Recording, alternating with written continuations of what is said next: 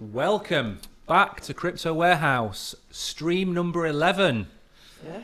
Today, we will mainly be trying to not get kicked off YouTube. Mm-hmm. We are going to avoid anything which would be considered to be Racist. dangerous or harmful. I wasn't going to use that word. And I am joined today by Julian. Hello. In Barnsley. What time's it there, Julian? It's 11. 11 o'clock. And Brogan, Hello. who is in Gibraltar. What time's it there? 12. Fantastic. Multinational, international live stream. Absolutely. No time delay at all on it It either. was really cool in all our offices. It looks like we're in the same place. We are. Well, that's the theme of Crypto Warehouse. Yeah. And later on in the show, we will have warehouse special effects, won't we? Really, Yeah. yeah, we really do. I'm looking forward to I that. Where are can't you? wait. Where are you right now? Me, I'm in Carlisle Ah. with a sign behind me that clearly states "Keep Crypto Warehouse Live," Yes. which I think we need to start the campaign on Twitter. Yeah, I mean, that last stream really did my nut. Yeah, I'm not surprised. I went home, I said to the wife, that's done my eye and apple, that has. Just put me right in a bad mood. I didn't even enjoy the pizza, and I said I was going to look forward to it. You were looking forward to your pizza. I didn't. And I tell you why. I ate it that fast because I was that annoyed. I got hiccups twice. That's a true story, that is. I only get heartburn with pizza. No, hiccups. Oh. I ate it, like I said, just gobbled it down. That could get us kicked off for a kick-off. That could. But, Apologies. but today we're going to keep it strictly... No, not even PG. You. Oh, Ooh, you. wowzers. Yeah, we're strictly That's a Disney stretch. today. So, the first thing Oh, we are going to look at, I believe, is the price of the stable coin that used to be called Bitcoin, Yeah. which is now currently at, let me guess, 19,800. Close. 20,200. Too optimistic. Yeah. 19,500. 19,500. And if we go Still to the crapping. graph, which we've gone to every day, which we've done this, we Yeah. can clearly see it's the same as every other day, which is nearly a straight line. Do you know why it did have a dip? No. Because the... Could it get a bit too hot? No, didn't get sunburn either. The employment figures came out in America. Mm. And But they were better than expected, weren't they? better than expected. And as we all know, to bring down inflation, unemployment has to go up. Because the more unemployed people you have, the less... I don't know why I'm looking to my sides because you're in different parts of the world. Yeah. That's really weird. But I'm just pretending that you're with me. Yeah. I'm Yeah. manifesting you into Yeah. your So location. what you're there's saying actually is- a screen right there for your face and a screen right there for your face. Okay. What you're So- saying is basically a word out to the bosses of this world, sack your staff. Basically, yeah. Brilliant idea. Yeah. Again, that. Yeah. And that's what the Fed are trying to do. Yeah. Trying to drive unemployment up, which will then decrease demand, Yeah. and that will slow down inflation. Yep. So Seems like a sound plan. it is a sound plan, apart from the hundreds of thousands of people around the world who are going to suffer, especially coming up to Christmas. Yeah. Yeah. So moving swiftly You on. ever been a member of one of them Christmas clubs? You know, you Yes. put money in and then... I've never done that. Yeah. I did it once. What did you get? A hamper full of cheese and ham. I don't really like cheese that much. It lasted to me till the following August. British cheeses. Yes. For me, the best. Yeah. Wensleydale, Beautiful cheese. apricot, and Stilton. was Nice. another one. Yeah, were lovely. Yeah. But no, I haven't really. I'm a fan of Cheshire. They didn't have Cheshire cheese. Yeah, I've always been a fan of that. It's a bit very flaky. much, yeah, but very much downplayed as a cheese. Yeah. Everything nowadays cheddar. Yeah. No. Or stringy cheese. Yeah, yeah. I like a nice red Leicester I do. How did we get onto cheese from? because you Bitcoin put your ones. money into the Christmas club. I did. Right, now, word on the bird. This is something which we do every stream, Every stream. Yeah. and it's the most interesting tweet I could find. But it's actually quite interesting because Yeah. it shows you the amount of Ethereum that isn't being produced. Now we have proof of stake. Right, rarer than it's becoming. Far rarer. I think Brogan's got the figure. Yeah. All right. Well, 10,732 ETH had been created since the ETH merge. Had ETH been on proof of work, 221,455 Ethereum would have been mined during this time. So Ethereum's inflation went from 3.4% to 0.34%, and only because of that, Ethereum is still at 1.3k. So basically, if the merge didn't happen, all this Ethereum would have been made, and the price would have gone down. No, he's wrong on that point. Is he? Yeah. Because there's 100 odd million ETH, and adding 200,000 isn't going to halve the price. But the facts he put at the beginning are true. Correct. because we're producing 90% less ETH than we were 2 months ago.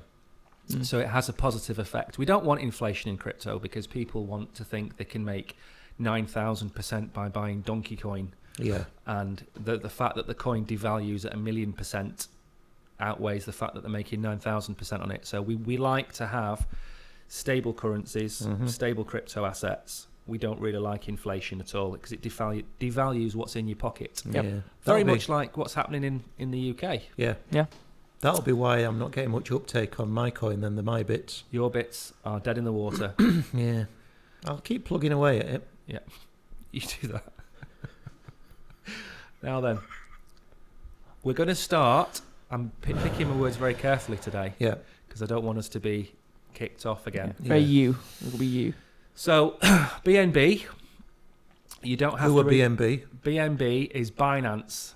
Okay. And Binance are, as it says in the article, probably the biggest exchange in the world, crypto exchange in the world. Yep.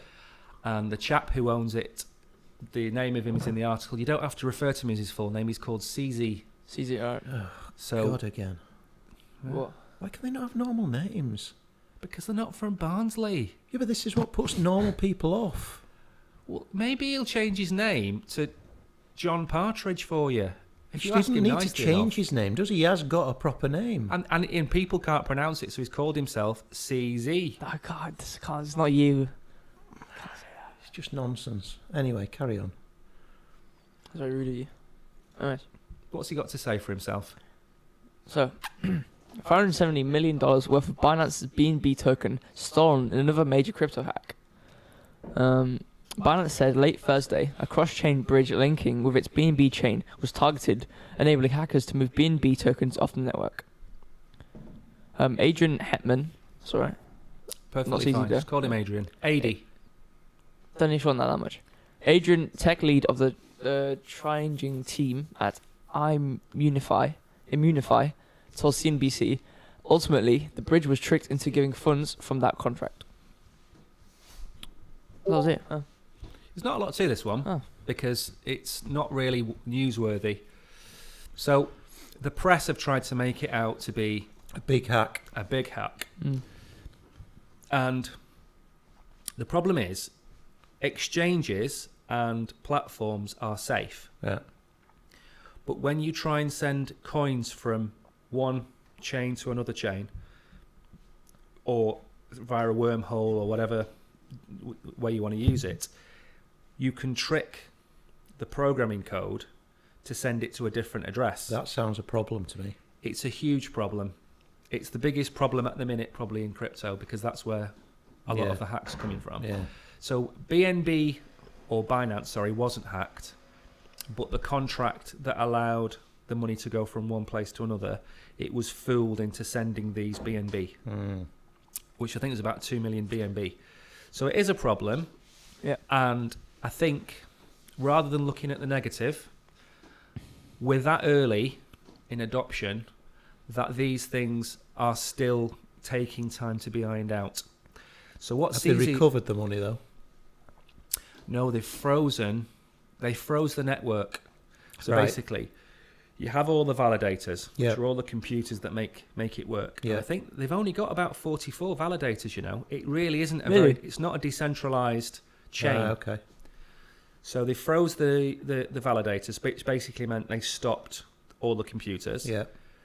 They've managed to seize a small fraction of the BNB Yeah. that was in a wallet that hadn't been moved. And now they're going to take a community vote on how to deal with the rest of it. Right. So it will be dealt with. So it's sat there basically at the moment. Yeah. It's like a bank robber and he's being forced towards the Dartford Tunnel and he's just sat in this huge traffic jam. Yeah. Nowhere to go. Can't turn back. Nope. Can't carry on. He's stuck there. So there you Great. go. I So that's enjoyed it. my own analogy there as well. by I the did. way. That was really nice. Right.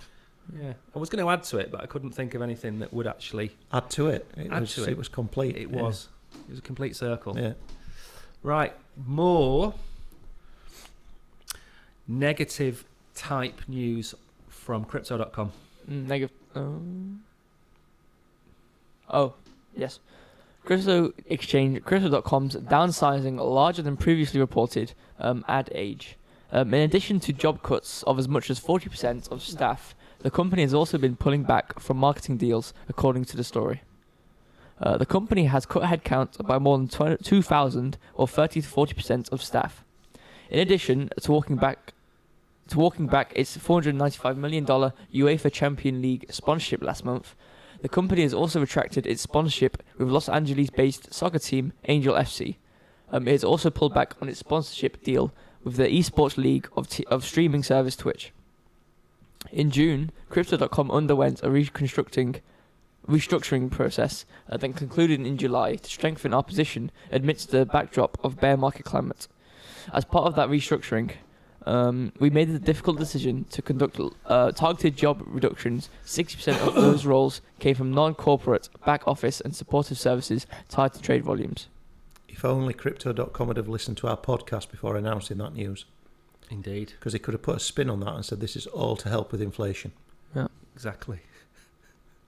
See, my question to you was going to be, if you run a business and you've got 3,000 or 4,000 staff, and your business is in an industry which is very risk on, or the kind of business you would spend your disposable income on, and you hit a recession, what's the first thing that's going to happen to your business? It's going to go backwards. It's going to go backwards. Yeah. Your income's going to drop. Yeah. You're going to have fewer people walking into your restaurant or your bowling alley or your cinema. Or Got to cut costs to break even. You've got to cut costs to break even. Yeah. So even though hundreds of businesses or thousands of businesses are doing this in the UK, because this is a crypto business, this has hit the headlines. But the majority of businesses are going through this anyway. Yeah, it's not a crypto industry, this. It's a worldwide problem. Exactly. And crypto doesn't exist in a bubble outside of We've of been the real proving world. that since we started. Precisely. So do you think this is bad news, good news, or a nothing burger? Par news, I'd say. Par news. Yeah. What would you say? I'd say nothing burger, and it was pretty good. Good. It's not a wave effect on the economy, but for the general, it helps towards, like we've been saying, inflation. Obviously not drastically because it's only one company, but in terms of the nothing burger, it wasn't really an unimportant act. Or from what it said from the article, it was only people who were helping and all like back offices, The support staff. Yeah, so it wasn't really anyone which should be of worry that they have fired. So I don't really think it was anything, really. No. Yeah, I hooked the drive off the tee, which led to people losing their jobs. That's not a good start, is it? No. But then I played a nice shot back onto the fairway, put it in the bunker, bit of bad publicity, carded a 4 with a nice chip in, and at the end of the day, all you're going to remember is the 4. Is that an analogy that golfing fans will pick up on? Yeah, it's a bit Perfect. niche. It's a bit Perfect. niche. Not quite as good as the other one. But I got it's- about a third of that. Right, fair enough. I got 0. Nothing. I stared at the camera and no one was going on. Problem is that all those people that I'd appeal to are probably currently playing golf because it's a Saturday morning. That's very true. I've missed that completely. Well, I think it's raining in the UK, so maybe not too many. No, they play in the rain. They love the rain. Do they? Yeah. Well, I wouldn't want to play Yeah. golf in the rain. No, they do. Don't you get your club wet? That's part of it. You've got to have a towel to wipe your grips down and stuff. It turns into a whole new game.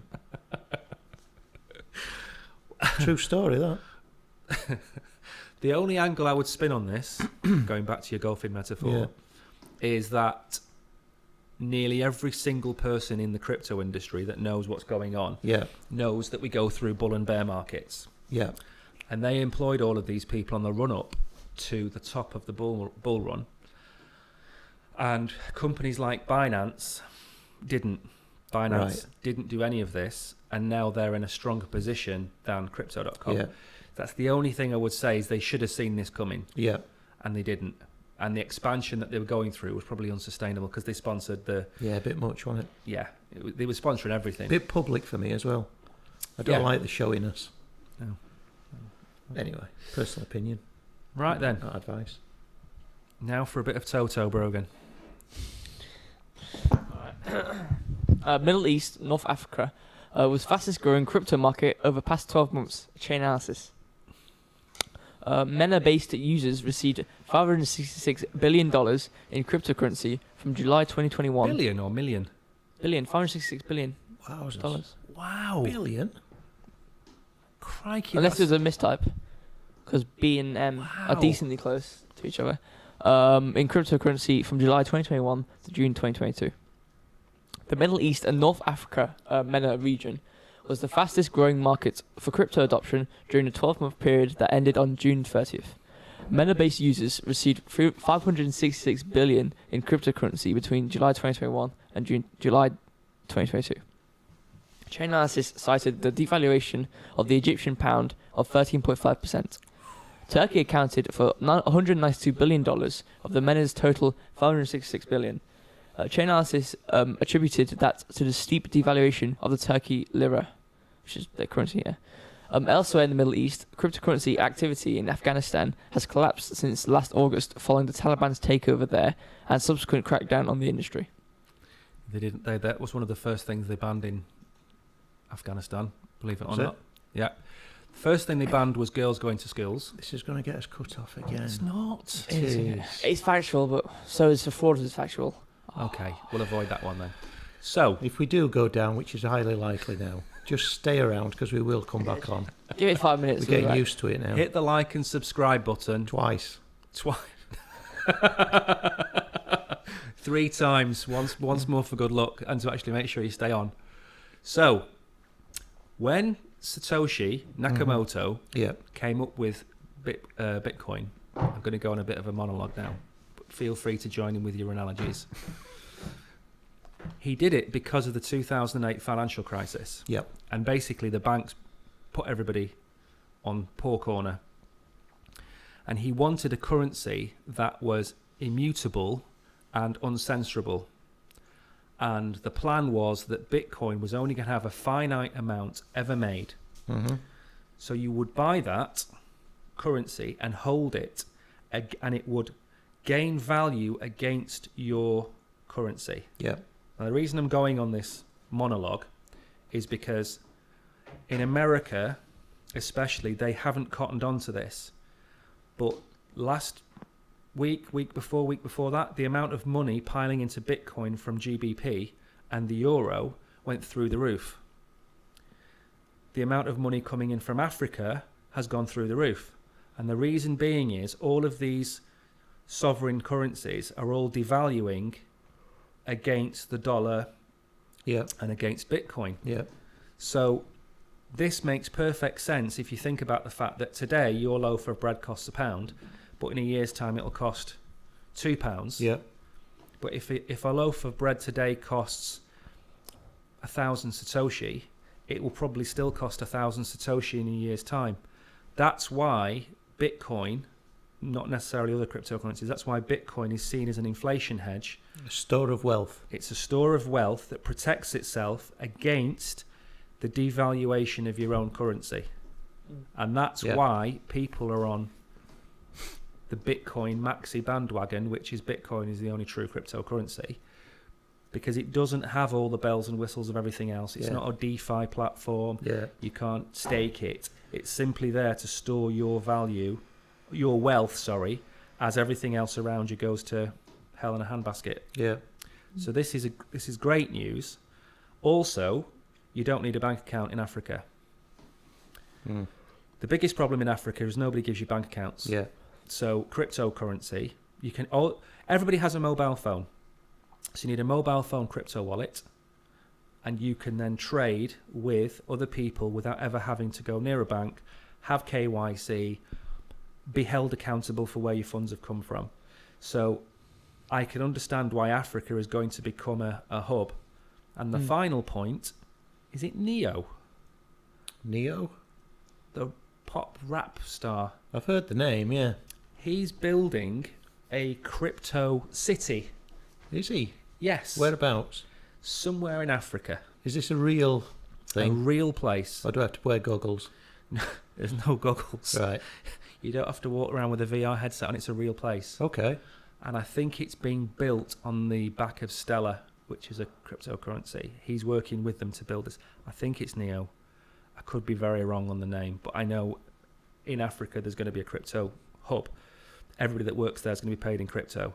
So the banks in Africa their lifespan is probably going to be quite short-lived because everything's now moving away from them. Because for the last 100 years, banks have been not very helpful in Africa. Yeah. Because they don't want. I don't know why. Maybe the risk appetite isn't there. Maybe. So great news for Africa. Adoption. Yep. Is the name of the game, isn't it? Absolutely. Are we going to have our special effects now? Yeah. Hang on a sec. Bear with me. Bear with us. It's exciting, this bit, isn't it? This is the first time in YouTube history on a live stream that anyone has made a brew. But we have to think of things that go with a warehouse. What would you do in a warehouse? You have a coffee break. You'd have a coffee break, wouldn't you? Oh, near the bottom. You want another one? Anybody want another one? I've just emptied my cup out here. I think we'd all like a brew, please. No, we need the interlude music. Julian was suggesting the sound from, what was it? Tony Hart, Tony the art Hart. gallery. Like intermission music or when they're making pottery. That's what we need. Yeah. You see, when I watch other vloggers that do this, Really bad ASMR. they have a little advert in the middle for like 30 seconds. Yeah. Really? Yeah. Well, we've got adverts for fake Mexican houses and line dancing, haven't we? We could have played That's one of true. them. Yeah, we could have done, but I think this is more entertaining. And this also answers one of our questions from one of our viewers last week on Wednesday, Which was that? from Tony in Burnley. Yes. He asked what I did with my Benedictine And you- spirit. And you put drinking it on a live stream. I whack it in my coffee. You do whack it in your coffee. It's a good place to whack it. I'm going to do the same now with everybody in. Oh, Yeah. yes, please. Today's stream is sponsored by Benedictine And the monks. and the monks. And a big shout out to Andrea for looking after it in the office Yeah, and looking after us. Yeah. absolutely. Look at that. There we go. Are we gonna get a stir? Look at that. Nice. That's proper sound effects, that. We get a slurping sound as well. No slurping sounds. That's Thank you. just uncouth. Now we're back to one of our show favourites, BlackRock. BlackRock. They've done something incredible. In a good way or a bad way? Good way. We're now on to the good news. Okay. Well, more good news because the Yeah. African news was good. This Yeah. is more Yeah. good news. It's always near the end where we get the NFTs. So obviously, maybe not really now. It's metaverse, I suppose, but it's always nicer to get the NFTs near the end. So Well, I Yeah. try and break it up so we have the corporate stuff at the front. yeah, Business where I don't at the speak, front. Where I just sit here doing this. We are like a live stream mullet. Business at the front, party at the back. Yeah, Tough crowd. it is a tough Crowd. Take it away. BlackRock digs further into crypto with Metaverse ETF. BlackRock, the world's largest asset manager with almost $10 trillion in AUM, asset under management, is set to launch a new Metaverse ETF to help investors securely monetize on the booming immersive version of the internet. BlackRock's iShares Future Metaverse Tech and Communications ETF will give investors exposure to metaverse-focused companies. Despite a major slowdown in the metaverse space, Slow down. yeah, That's the Benedictine for you. A proper slow down. I'll say no. Slow down. There's a word like below it. I was reading that at the same time. Despite a major slowdown in the metaverse space, some industry surveys estimate that the total addressable market between $8 and $13 trillion by 2030. The news comes barely a month after BlackRock had inked a partnership deal with the prime brokerage arm of US popular exchange Coinbase. The collaboration is, however, limited to Bitcoin and will allow BlackRock's institutional clients to have access to crypto trading. Back in April, BlackRock had participated in $400 million funding round for Boston-based financial technology startup Circle, in addition to its investment and role as a primary asset manager of USDC cash reserves. Larry Fink provided a somewhat bullish take on the world's first cryptocurrency. In a relatively rare endorsement, Fink said Bitcoin has caught the attention and could largely replace gold, but warned of its growing popularity that has a real impact on the US dollar. So Very good news, that. I will throw the questions open to you two. So Yeah, I'll excellent news. I'll start with you, Julian. Yeah. So, if you take a step back, BlackRock have done 3 things. They have. Circle is USDC, which is the money.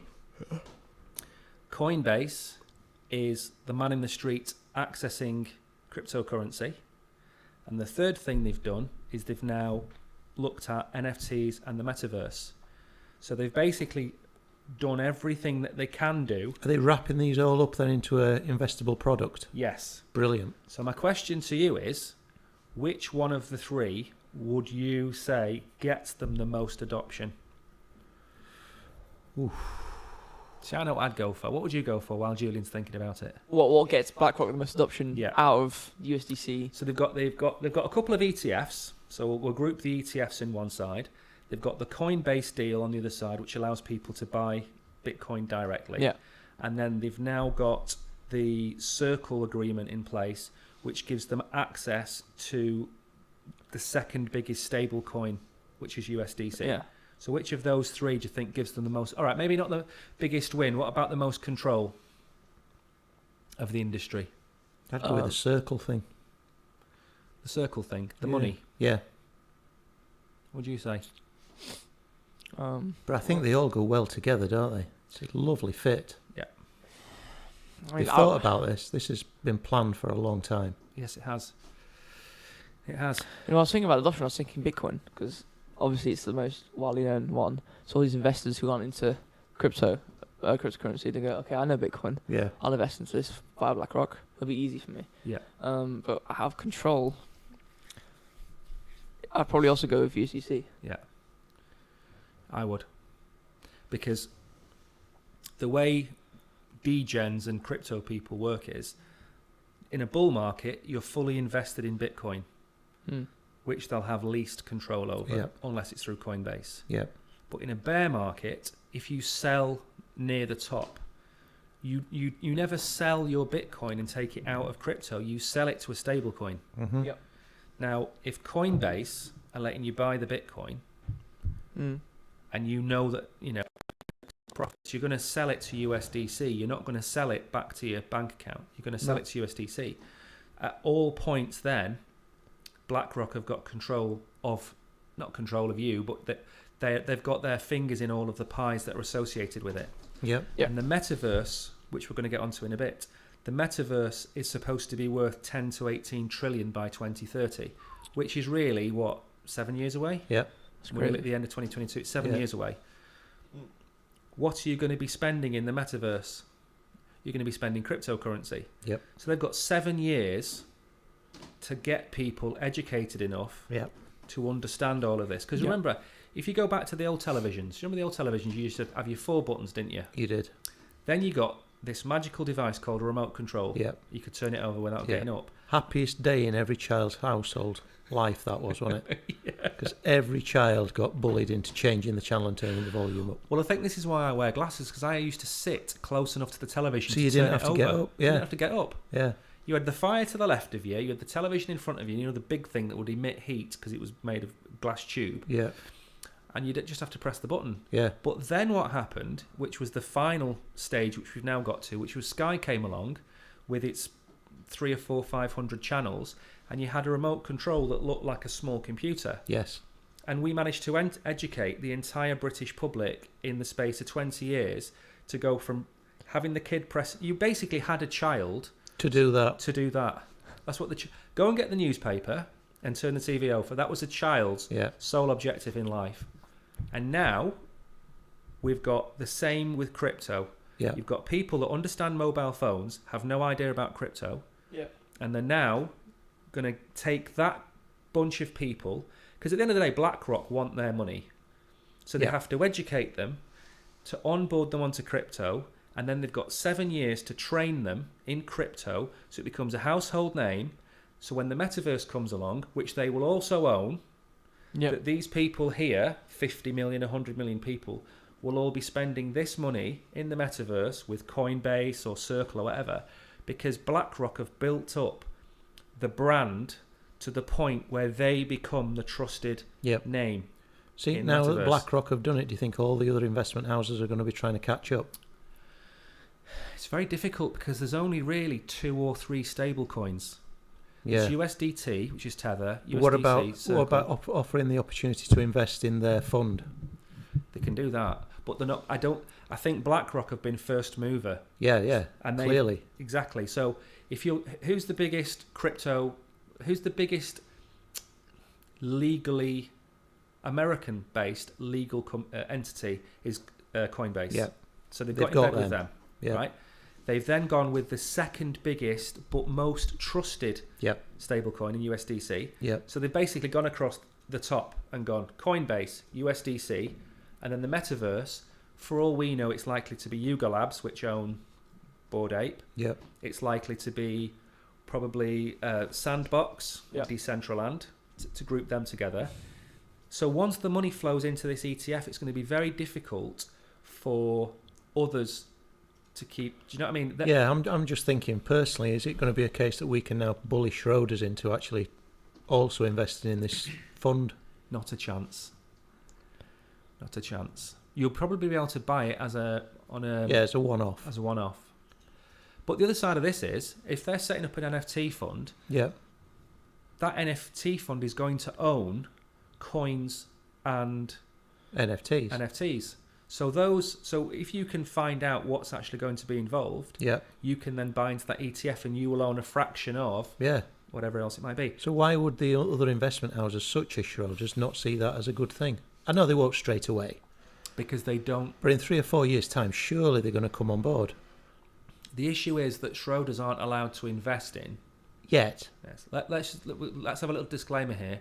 Schroders are one of many Yeah, absolutely. personal investment And banks. excellent as well. And they're At it. excellent, especially that Mike Bull. Lovely guy. What a hero. Yeah. We'll have to clip that for Mike Bull. Yeah. Thanks, Mike. Yeah. They are not allowed, because of their regulations. Right. They're not allowed to invest in something that isn't listed somewhere. So, for example, if this BlackRock ETF is available on a platform that they are allowed to invest on, then yes, you'll be able to buy it. But surely BlackRock are going to push it in that direction. Yeah, they will. So eventually, this is a start of a long road, but a road nonetheless. Exactly. It's great. It's great news Yeah. for everybody, apart from us at the moment. We Well, can't get them, but we will get there. Yeah. We'll get there. We can find out and we can get back to people, can't we? Yeah, absolutely. We can. Great news, that. Great news. Now then, this is a bit of a U-turn, and this is more of a Brogan. Yeah, then I can actually start talking there. Yes. Are you involved? Well, you are the resident metaverse NFT expert. The young. Even though you're called Bitcoin Brogan, you are the Web 3 expert amongst us. Yeah. We're more Web 2, aren't we? I'm not even. I'm more spiderweb. Spiderweb and cobweb over here. Cobweb. Much better. Just as anybody else, by the way, tried the drink? No, I haven't. Yeah. That Lovely. tastes like a coffee you'd get in a warehouse. I actually put my neck out first swig that I had because I tried to stop myself doing that, and by doing so, I've pulled a muscle, I think, in my neck. It's got a proper kick as that. Try to read the article now. If you play, take it away. We're still live. Let's see how long are we into the stream? Actually survived 35 minutes We're without getting 35 kicked minutes off. in without being kicked It off. usually is around now, so stay tuned again. Yeah. If we do Get get ready to kicked like off, again. Like and we will go subscribe. again. We will. Yeah. Don't forget to subscribe the 3 times. Alright. It's a long one, this, by the way. Ah, good. So dig in. Oh, is it? Mythical Games enlists Ubisoft, Animoca, others to launch Web3 gaming DAO and token. Watch out, Yuga. Mythos and Myth token are coming. Can we just explain one thing? A DAO. I know we explain it every week, but we have to explain it again. So a DAO is basically a decentralized administrative organization, Okay. which is a posh word For a an democracy. for a democracy where there are 10 or 100 million tokens, and each token has one vote. Yeah. So the community votes on every decision that the DAO makes. Okay. So it's a little bit. It's not an actual company. Mm. It's a decentralized company where every vote counts. Yeah. Sorry. So here we actually have a picture of the Blancos, which is like the NFT character thing. I've actually, like a couple of days ago, saw this on the Epic Games Store. So I think they have their own game as well on the Epic Games Store, which is another addition to the limited amount of NFT games which are on Epic Games. But anyways, Mythical Games CEO John Linden says his company has been accused of not being Web3 enough. Buckle up, DJs, that's about to change. The Mythos Foundation's launch partners include game publishers like Ubisoft, Krafton, Netmarble, Kakao Games, Comtours, CM Games, and others. For the music industry, electronic music duo The Chainsmokers and One Republic's Ryan Tedder has also joined the Mythos Foundation as advisors. The foundation's job will be to oversee the Mythos DAO, a decentralized community with a new Ethereum ERC20 token, Mythos. In addition to being a governance token, Myth will also be implemented as the main currency in Mythical Games' NFT marketplace. Linden sees big corporate allies as imperative to Web3 games' success. The app stores, whether it's mobile or PC, or possibly eventually console, I think they're pretty important. And I think the only way Web3 really is valuable long term is as a mainstream economy. The gamers love the functionality of Web3, say Linden. They don't fully care about all the concepts of crypto quite yet, or blockchain quite yet. And Mythical wants everyone playing its games, not just Web3 enthusiasts. It's an evolution, not a revolution, Linden said. We've said all this multiple times. That's our saying, isn't it? It is, yeah. Evolution, not revolution. Yeah. But as in, like, with people who don't want to see, like, they want to have the benefits of it. They don't want to see it. Correct. We've said it like 3 times now. Yeah. So let me start asking you some questions about this then. So Ubisoft, They're big, aren't they? they're huge. Yeah. Ginormous. So they're now involved in the DAO. And what do Ubisoft do? I think they advise, isn't it part of the advisory team? Yeah. Or they're working on the But game. what do they do in their own right? Games. They just make. They make games. Like Assassin's Creed. Ah, okay. Household names. Yeah. Basically. Triple A. All right. So what do you think? Let me ask you the question about Ubisoft. So about 18 months ago, 12 months ago, it's got a good kick, that, It isn't it? really Like a has, mule. yeah. Yeah, like a mule. Yeah. They tried to do something with NFTs, didn't they? And the entire gaming community Didn't like it. didn't like it. So what do you think has changed? I think it's the fact that it's a company which is based solely around Web3. Well, I don't know if it's solely, but it's based on Web. It's more involved because Ubisoft, like we've said, household name, very Web2. Everyone's known it for years. So if we try and force every single gamer to use Web3, it's not going to go well because not everyone wants to try it. But if they if they group up together with a Web3 company, then all the people who want to have Web3 will then come along with this new company. However, Ubisoft can still compartmentalize into Web2 space and still provide for everybody else, but then also be able to provide for the people who want it. So I think it's not that. I think the difference is now is that they're not forcing everybody to try and get into Web3. They're only working with someone else in order to provide for the people who want it. Yeah. Because one of the things it mentions in there is they're only going to have... Let's move this microphone. They're only going to have one token. I'm allowed to move the microphone. Look. Normally when you have a DAO, you have one token for the DAO because that's the voting token. Yeah. And then you normally have the transactional token, which is the token that you use to spend in the game. So, for example, Star Atlas, who are friends of the show, they have Polis, which is their DAO token, which you hold to vote. And then you have the Star Atlas token, which is the token you use to buy the ships and refuel the ships, etc. They haven't done this. They've used one token. They have one token called Myth. I think it's a good idea.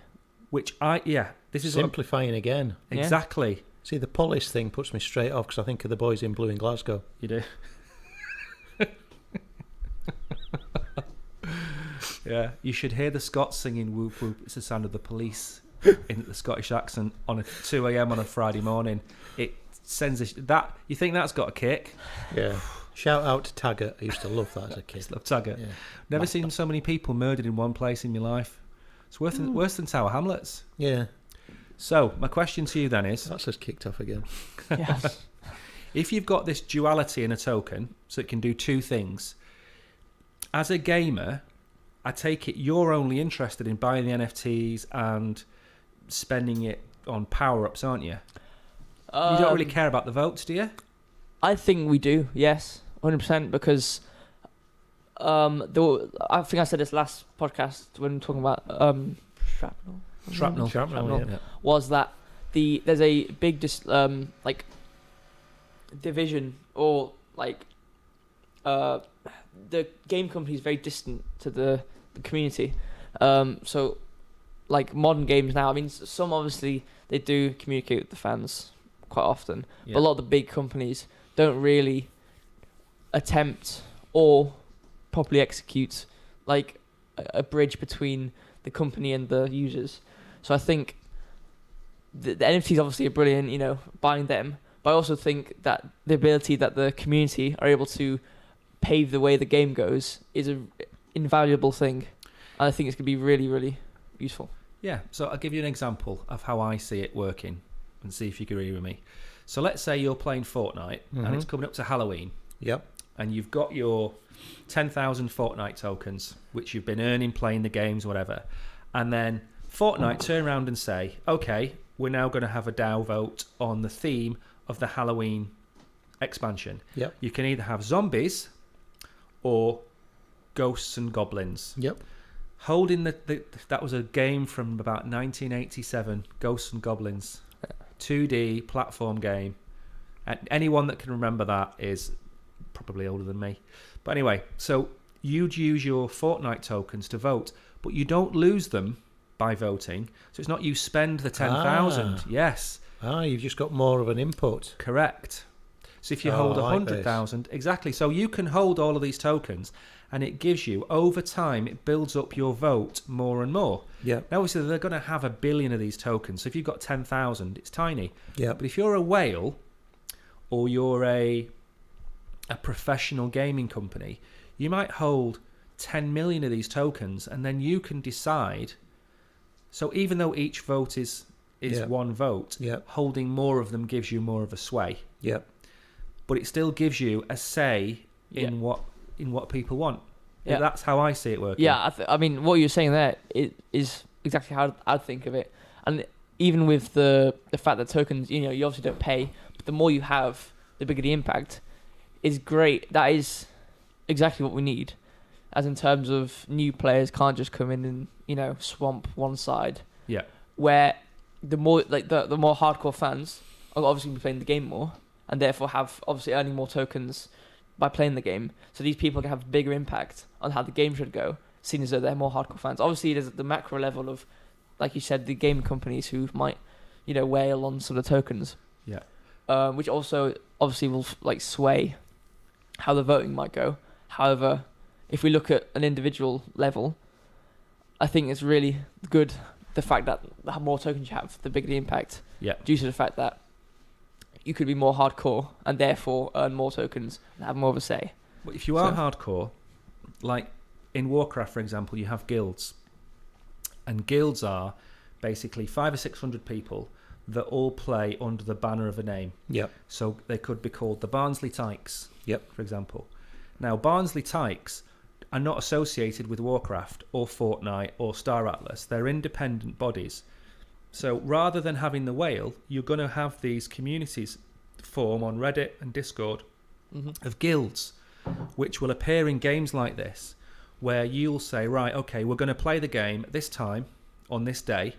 You come along, and then suddenly you've got an entire army of players all playing under your banner for your teams, which in turn then helps you to earn the Fortnite token or the Myth token or whatever, without having you to give up your token, but it makes you feel part of a club. Yeah. So Barnsley Tykes, Barnsley supporters that play online games together, that guild can exist in multiple Web3 games or Web2 games. It can be anything. It can be like a supporters club that you just play games together. Well, once these DAO tokens come about, you're going to have these guilds who will then in turn work with each other. Yeah. Yeah. So you kind of get this hierarchy, which is completely independent of the DAO and completely independent of the games. Yeah. So we have a long way to go to get to that. Yeah. But I don't think it's that far away. No, I mean, as you're saying, with the community, I think when you have a DAO, it creates this sense of community, and it's great for the people who play it, as they feel like they're part of a group of people.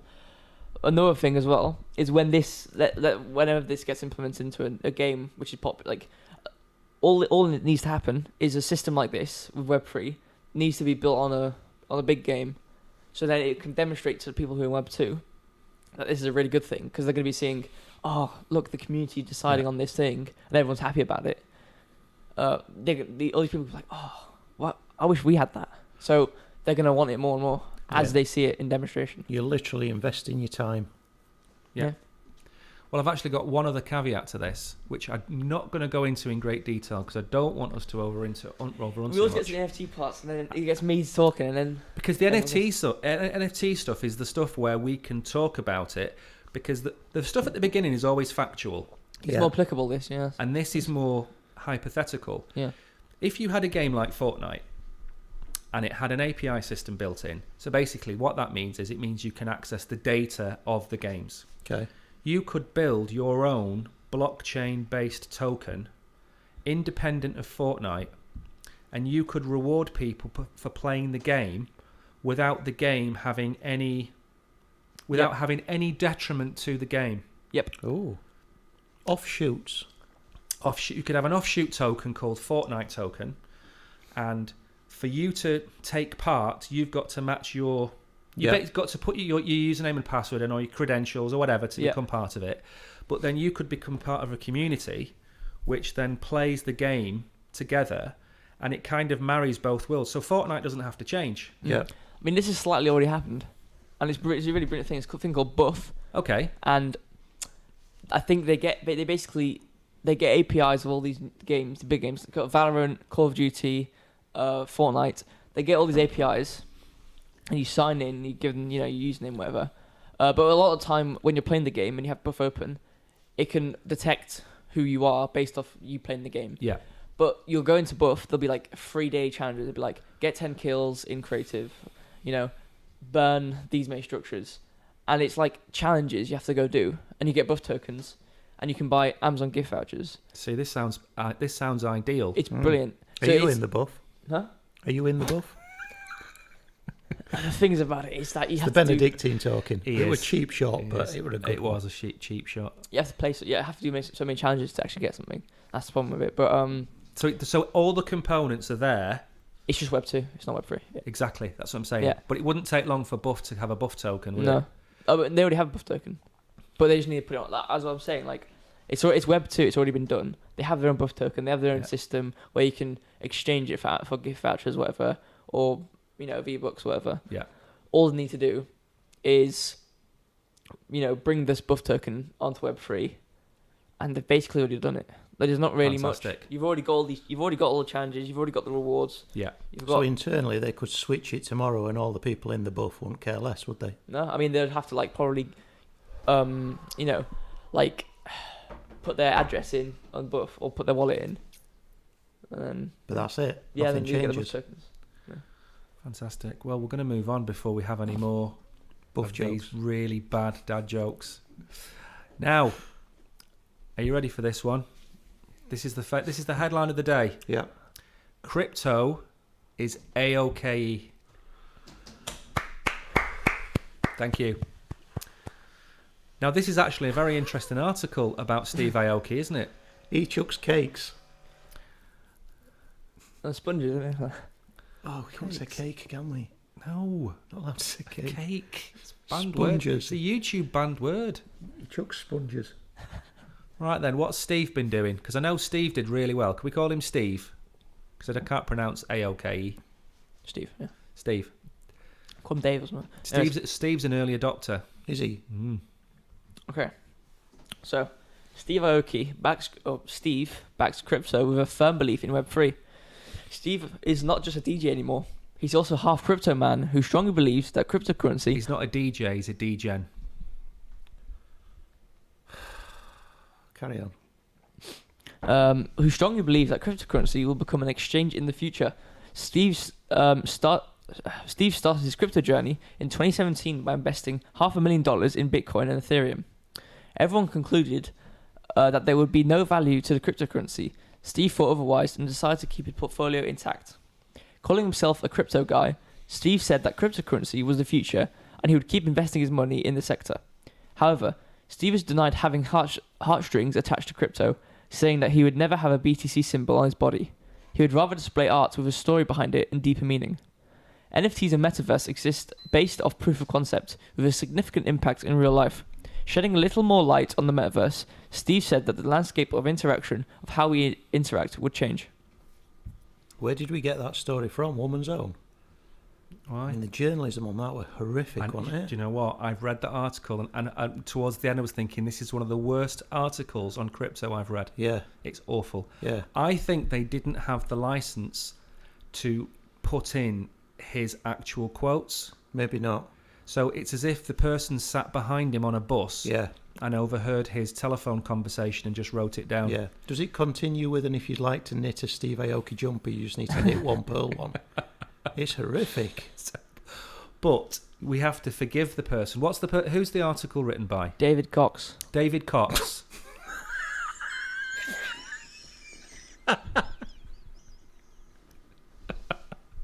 Right, okay. So Mr. Cox has written a terrible article. Shall I read out his little blurb? No, Please. let's not publicise him. David is a finance graduate and crypto enthusiast. He projects his expertise in subjects like crypto and blockchain while writing for Crypto News Z. Or Crypto News.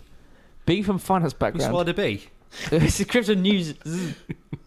Being from finance background, he efficiently writes price analysis. Apart from writing, he actively nurtures hobbies like sports and movies. He nurtures hobbies. He does. Wow. Anyway. Yeah, that's him. Okay, so the takeaway from this is, I would say Steve Aoki is a pioneer. Yeah. Because without... I'm not even talking to Julian. He's just lost. Can we turn his Don't mic look at off? him. Don't Turn look his at him. mic off. Turn his camera off. We'll come back to him when he's with us in the room. Because All right. what Mr. Cox fails to realise is that early adopters, the degens, are the people who sit in their room, don't socialise, very antisocial, a lot like me, and basically don't communicate with the outside world. So crypto needs people like Steve Aoki. Big personality, like Flamboyant. Shaq. Hey? Flamboyant. Steve Aoki, Shaquille O'Neal, Snoop Dogg. These are the people that are driving adoption in the lower middle class Americans. Yep. You know, Snoop Dogg wore the very first NFT tracksuit at the Super Bowl. What's an NFT tracksuit? It's a tracksuit that was made out of his own NFTs. No way. Yeah, the print was his NFTs. It was a blue mosaic print, and they were his NFTs that he printed. It was the first one ever made. So with people like Steve Aoki and Snoop and Shaq, who are non-official figures but are very big in popular culture, they're the people we need. Because people are going to come along and go, I mean, I'm sure half the basketball players, baseball players in America wouldn't have NFTs if it wasn't for people like this to come along. And then once they get them, that drives the adoption further and further down. So this is great news. And you can tell he's an early adopter, because if you're talking about, if he bought $500,000 in 2017, that's going to be worth what, $50 million now? So he's made his coin. Right. He's done okay out of it, hasn't he? Steve, okay. He's done okay. Steve, okay. Right. Brilliant. Now this I've been waiting for this. This is the article of the week. This It's not even from a crypto. No, exactly. It's not from a crypto website, so you know these guys It's have no the idea what they're Evening talking about. Standard. They have no idea what they're talking about. Exactly. This man either has an epiphany or suffers every type of emotion as he writes the article. Can we get his name out of the way first before I Yeah, have to... sure. Is he called Willie? And can you not look directly at me this time when you say it, because that's what threw me over the edge. Matt Hay. Oh, there we go. Okay, that's fair enough. Is it Matty or Matt Hay? That's Matt Hay. Didn't clarify it for me, but we'll go with it. Go on then. Start us off. He's a CEO. There is. In everybody these days. Okay, well, think NFTs are silly? You're probably missing the point. NFTs have evolved from being pointless digital art for people with too much money. Now, savvy businesses and brands are deploying them as a marketing tool, reports consumer trends expert Matt Hay. A new insufferable era of the internet is dawning. Web3 has emerged as the catch-all term for anything blockchain, crypto, or metaverse related. In the collective mania for the crypto scene, there's one invention more futile, wasteful, and logic defeating than the rest. Non-fungible tokens. Since the start of 2021, absurd NFT projects have arrived, drop after drop. Toilet paper company chairman produced a limited run of NFT bog roll. You can't wear, eat, or wipe your behind with any of this, but that isn't the point. I think he wrote this on the tube. See, you two are laughing at this. I'm not. I'm actually thinking, yeah. He's on his way into work. Yeah. He's got a 10 o'clock deadline. Yeah. And he's not done the article because he didn't know what NFT meant until he looked it up on his computer on But the way in on the he tube. is right, isn't he? Sorry? He is right. No, he's not. Carry on. NFT projects deliver value and loyalty where they are used to create the feeling of an exclusive club. If digital assets represent a key to unlocking real-world experiences, unique products, or perks, then owning one becomes much more meaningful. Consider the rise and rise of Bored Ape Yacht Club. It seems stupid until you realise it's clever. Epiphany. Owners of these NFTs regularly get given additional digital collectibles that they can hoard or sell. Offering real-world, tangible benefits is key to unlocking their potential. We haven't seen the end of NFTs for NFT's sake, but as creators wrap in more rewards, offers, and discounts, and not simply bragging rights, there will be a crucial tool in the box of brands to tap into communities online. I think he's 100% right. He is. The more you read to the end, it gets a lot Except better. his pivot Yeah. in the middle of that article. No, I don't think he does pivot. Paddy Ashdown didn't pivot as well No, as that man I did. don't think he does. He does. No, he doesn't. He He says does. that there's been a load of utter rubbish released. The Emperor's New Clothes. Yes. And then he says, but the ones that have got a use are the ones that will survive. Which We've is not what- yet reached the end of the Emperor's New Clothes, but we will. Yes. That's what he's saying in a nutshell. I don't have a problem with one utter word of that. I've got every problem with that. Completely agree.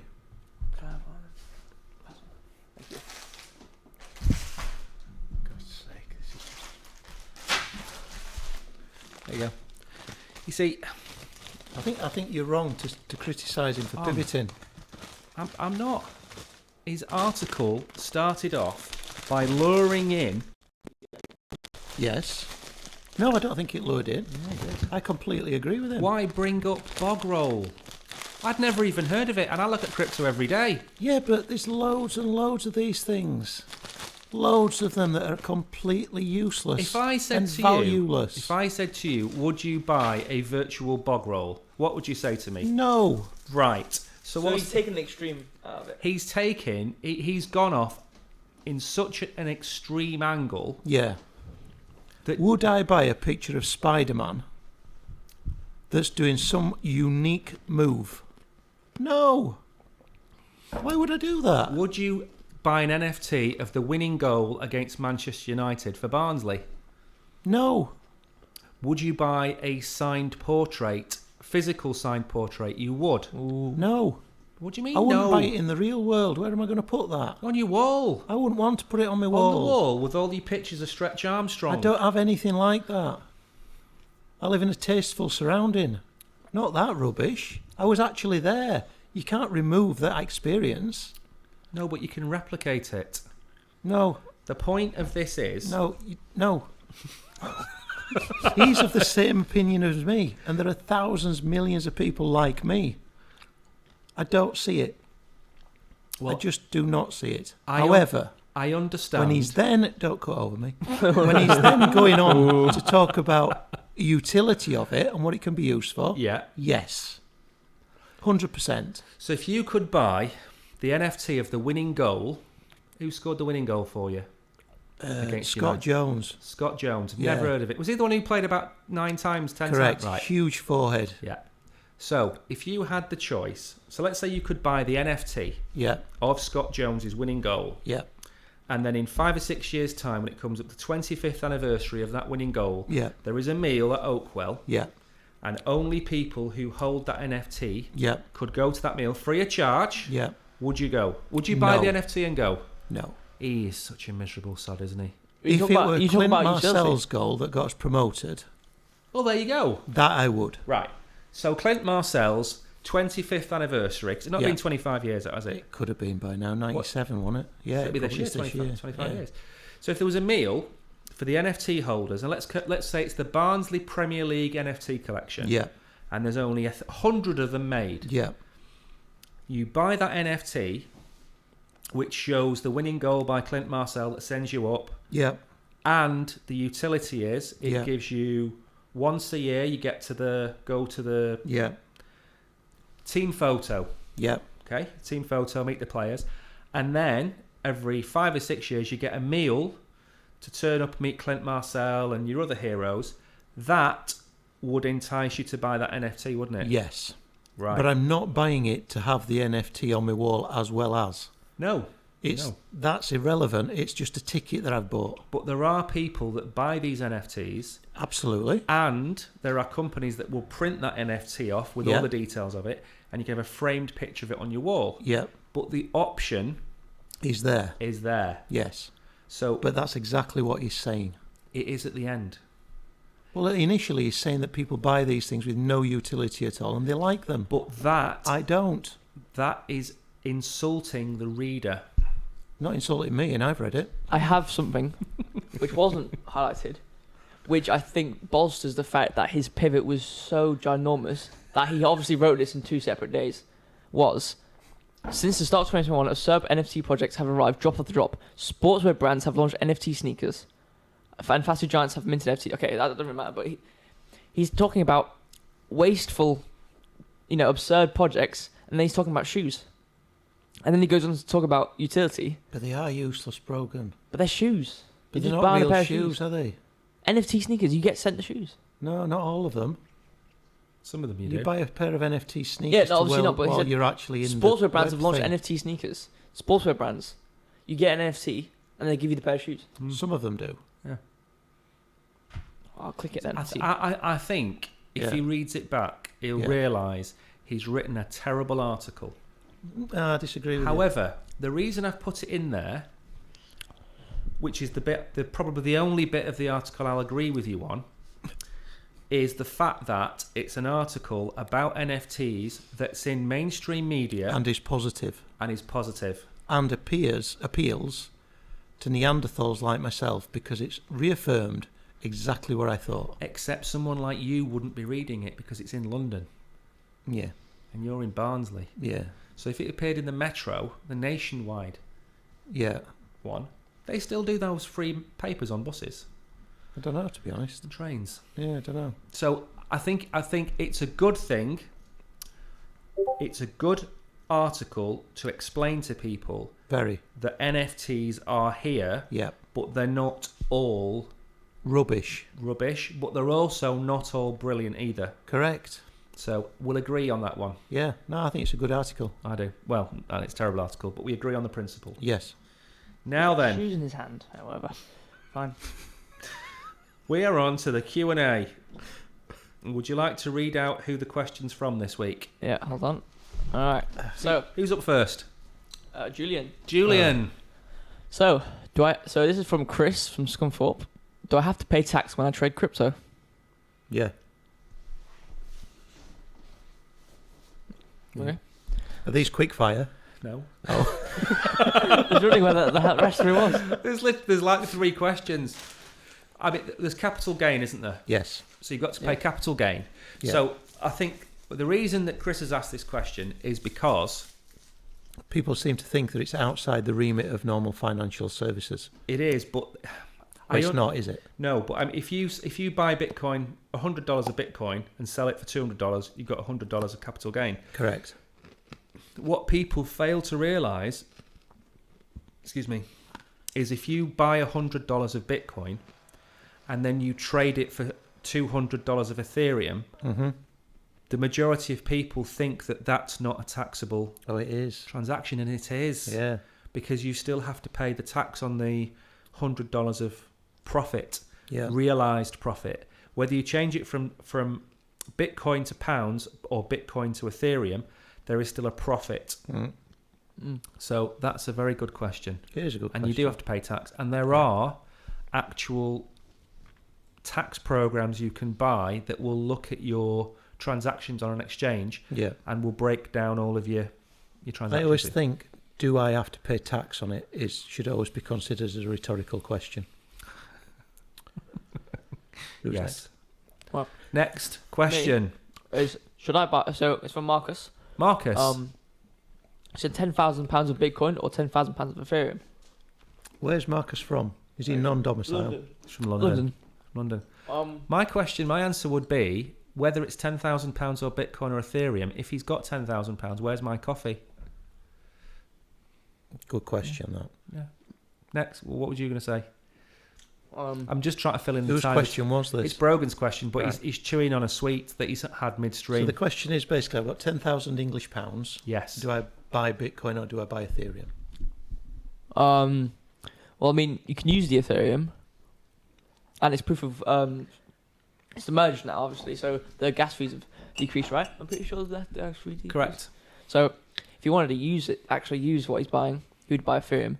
But if you didn't want to do anything, I'd probably just buy Bitcoin and wait. I'd buy Bitcoin. I'd buy 50% of both. I don't know whether that were the option, were it? Exactly, I think it's either or, but Yeah, Marcus it depends wants what either or. depends what he wants to do with crypto. Never either or. Always grey. I'm Bitcoin on that one. I think I'd go Bitcoin. Bitcoin, 2 Bitcoins and a 50-50. Yeah, That's his answer. So the consensus is Bitcoin. correct. Because you just buy and leave it. Walk Yeah. away. Go on Okay. For you is from Andrea from Blackpool. Hello, When should Andrea from Blackpool. Hello. When should you take profits? You should take profits. You should DCA out the same way you DCA in. And DCA stands for dollar cost average. So as you buy Bitcoin on the way up in value, you should sell it on the way up or the way down. So once you're in profit, you should take 5 or 10% in regular chunks because nobody ever went broke taking profits. Do you like that one? That's good, that one. It's Yeah. good, that one. Yeah. Is that it? That's it, yeah. Are we still live? We're surprisingly We've made it haven't been through. cut off. See? Oh, my Great. tea this evening is going to be so much sweeter. It is. What are you having for tea? Don't judge me. Okay. I'm having kebab, but not takeaway kebab. I've bought frozen kebab meat, which, yeah, I understand what you're saying, but don't judge until you've tried it. Have you tried it? Yeah, it's gorgeous. Where from? Morrison's. It's in the frozen section. Morrison's frozen kebab meat. Well, Absolutely amazing. I'm having pizza. It's one of my 5 a day. What are you having, Brogan? don't know. What sort of pizza? Don't know. Whatever's in the freezer. It's a Saturday night. I don't normally cook on a Saturday night. And it's Strictly tonight. And it's did. Bit of Love that. it. Who's your favourite? My favourite is Goss. Because he can't He's dance. out this week, I He think. can't dance, can No, he? he's hopeless. Well, my favourite in terms of Tony Adams, because he looks like a moron. Right? And he's kind of gone senile at quite an early age, this Tony Adams. It's like, you know, when you see people and all they ever do about is talk about the war. Yeah, All he ever does is talking about lifting the Premier League. yeah. And it was like 1100 years ago, whenever Yeah. it was. When I was playing for the Indestructibles. Exactly. Yeah. You see, he won the league that long ago. I still remember sitting in front of the TV, pressing it Pressing on and your off, buttons. pressing it on and off. That's Yeah. how long ago he was. But no, my favourite, I think, has got to be Goss. Because my level of expectation was here, and his level of delivery was down there. My favourite's Hamza. Who? Hamza. Which one's that? The lad that does the nature programmes. I don't remember watching him. Got huge long hair. Oh, yeah. Love him. Yeah. Seems one of nature's really nice people. What's the witchy one called off Lusamin? The one who looks like a witch. Oh, she's gone. Has she gone? She went first week. Good. Is she called Faye Adams? No. Yeah. No. I don't know. She were an Adams. Yeah. Now she's gone. Well, there's your crypto and your Strictly, Yep. Yeah. all in one very short, hour-long episode. So please, Click and subscribe. And like. and we'll see you on Wednesday evening, 6 o'clock. Bye bye.